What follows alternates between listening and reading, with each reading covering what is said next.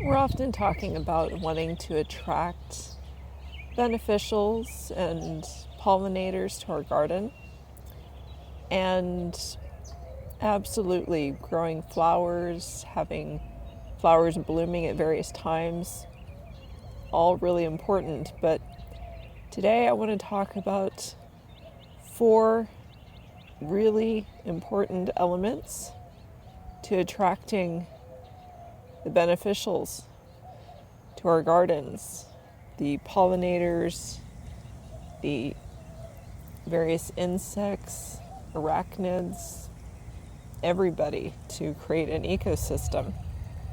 So let's get started. First and foremost is water, essential for really all life, and it can be as simple as just a tub with some filled up with some water, a few sticks and rocks laying around, and in this case having a little bit of a fountain so as to kind of keep the water moving a little bit. Or it can be more elaborate, such as a pond or a fountain, bird baths. But you don't have to get that complicated if your space is rather small or your budget just doesn't allow for it.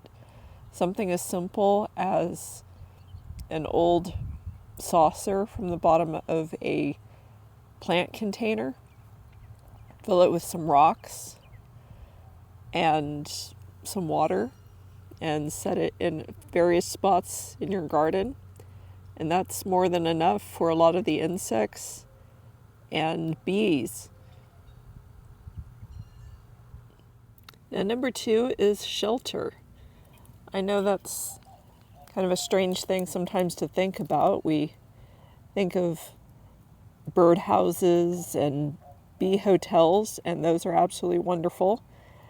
But we also need to consider the insects wanting to just burrow and hide in various locations. And not just insects, but thinking of lizards, snakes, various other creatures that we want to encourage in our space. They want to have places to hide, not just for home, but also for the heat of the day, for shelter in the night, making sure they themselves are not prey to other insects or birds. So it can be as messy and unorganized as my little spot here, or let's look at a couple other spots I have. And still a bit rough looking, but I sometimes like the more wild and unkept look in a few spots in my garden. So in this case, having various sticks, different sizes, insects, bees. I've had various ones come and go, and then just some bark to protect from some of the rain. But anything from as simple as this to sometimes just some logs and stumps, various sticks, because you also need to think of maybe not hiding, but actually wanting to perch, such as the dragonflies and damselflies.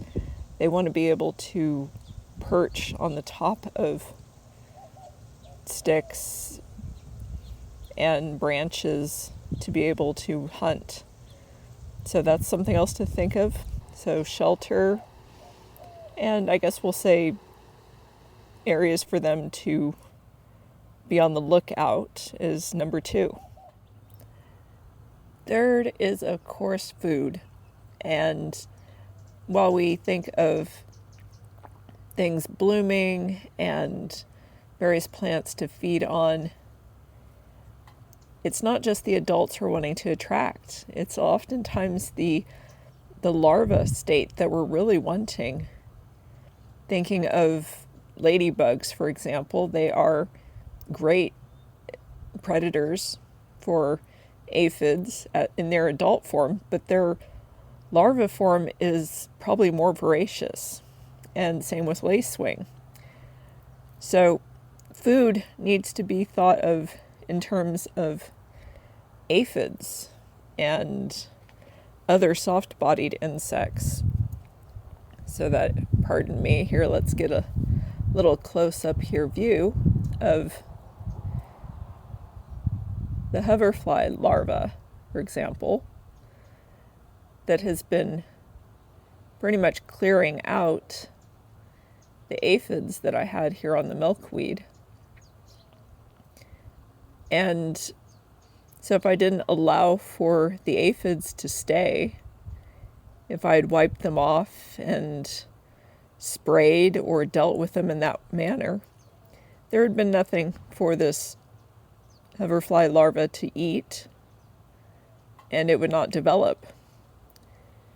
So it's not just about attracting the adults, it's making sure the adults recognize there is food for their young, and therefore they're going to set up home, and you're going to have eggs and young, and all of them dealing with the various insects that are causing a bit of a problem for your space. So the fourth and final for attracting and getting the beneficials to kind of set up a home in your space is not spraying chemicals. There is obviously a time and a place for very strategic, isolated chemicals, mostly in the form of herbicides.